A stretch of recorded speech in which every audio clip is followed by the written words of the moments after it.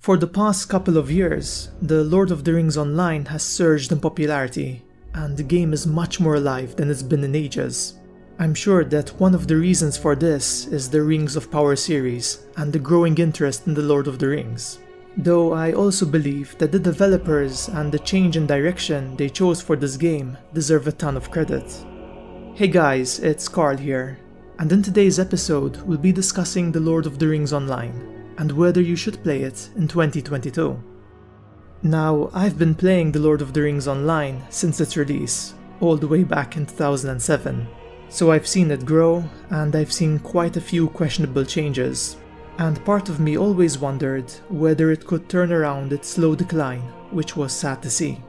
This is why I was actually positively surprised when I returned to the game recently, and there were so many fantastic changes together with a growing player base that I felt all of their progress really deserved to be shared. So the last time I discussed this game, the free content was limited to the starting zones, and once you were around level 30, you'd have to buy quest packs. These packs could be purchased from the Lotro store with Lotro points, and you could either buy these points or farm them. Back then, if you wanted to unlock all of the content, which would include the expansions and quest packs, it would have costed you around 40,000 points. And sure, you could technically farm them, but that sort of grind is quite horrible and it ruins the fun of a game. Luckily, they chose to change this system earlier this year, and you can now play all of the game's content, including and up to Helm's Deep, for free, which means that there are no quest or expansion limits until you reach around level 95. When I heard this news, I was honestly quite surprised at how fair this model was, and I'd even go so far as to say it's quite generous.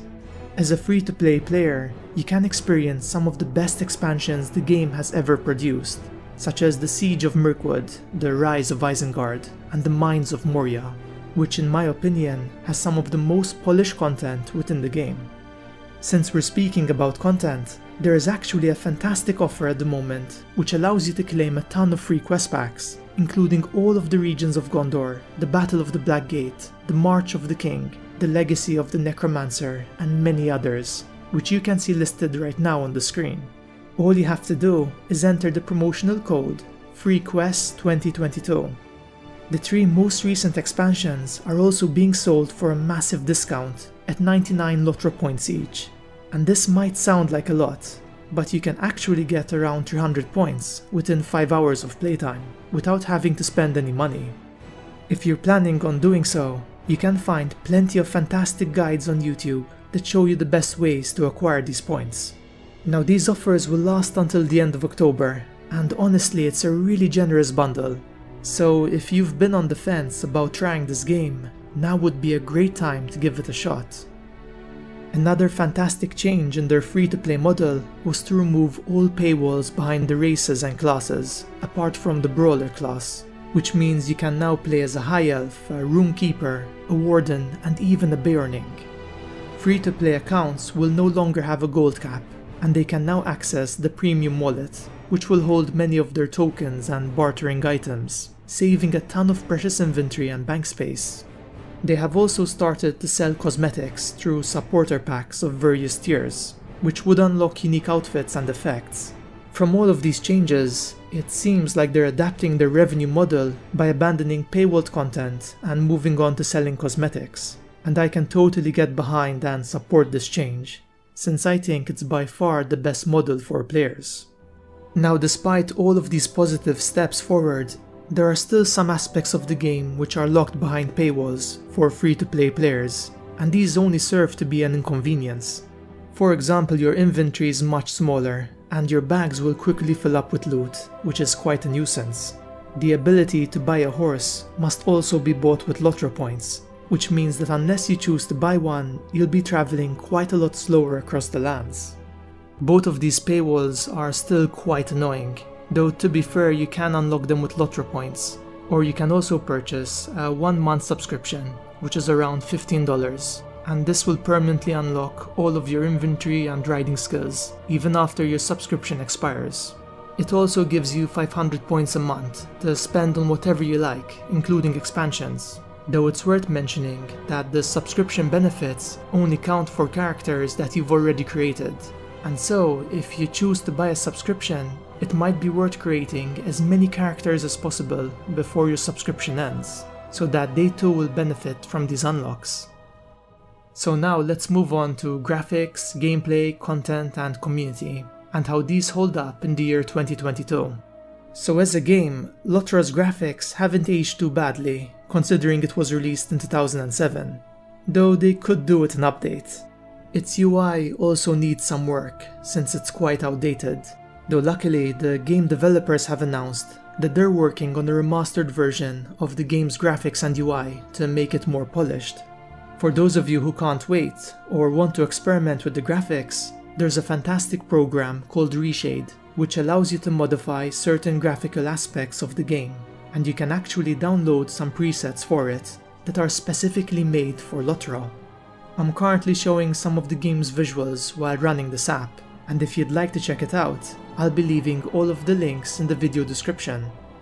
Now, when it comes to content, it really depends what you're interested in. If you're looking for a game that feels like Middle-earth, and you simply want to immerse yourself in the story, then it's the perfect game for you, because most of the landscape combat is quite easy, and you shouldn't run into any trouble.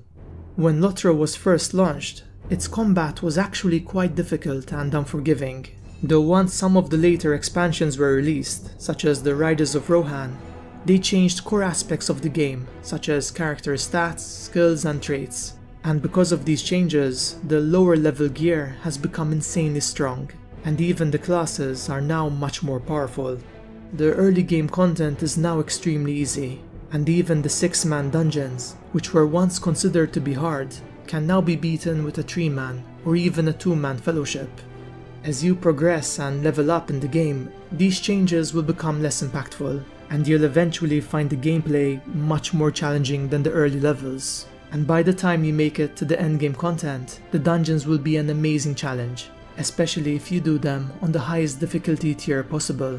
So for those of you who like challenging content, unfortunately you'll find that the lower levels are way too easy, though if you manage to persevere, you'll definitely love the endgame content. You could always try and make it harder for yourself by using weaker armor or pulling more mobs, though I feel that this isn't an ideal solution, and I really wish that the developers add some optional setting to increase the difficulty at lower levels, such as reducing stats and armor by a given percentage. When it comes to the actual content and quests, I'd highly recommend that you read the quest descriptions, especially if you're a fan of the lore. They do a great job at creating storylines, and you'd get a good understanding of the various factions and the troubles they face, and it's really cool to see how they complement the book's lore. After all, their IP is one of the best things about this game, since the lands of Middle-earth are a rich world to explore, though in a way their IP is also a tough hurdle that the game must overcome sometimes, since it does limit the developers' freedom to create new mobs and storylines without breaking the lore. To their credit, even though Sauron has been defeated in the main storyline, they're still doing an excellent job at creating new threats and tension. As a company, Lotro's by far their biggest revenue generator, and so I'm sure they'll put in effort to keep it alive, especially since its player base is actually growing once more. Just to quickly mention some other pros of this game, they did a wonderful job with its music. It really captures the heart of Middle-earth, and many of their soundtracks are distinct and memorable. The communities are also very friendly, and I've rarely experienced any toxicity. Though it's worth mentioning that even though the world populations are increasing, you still might have some issues finding fellowships for lower level content. And so I'd recommend the Evernight server for European players, or the Arkenstone server if you're from the United States, for these two have the highest populations. I actually play on Evernight, and I'm currently leveling up a new character called Geekzone, which isn't very creative, but I would like to use it to cover Lotro content on my channel.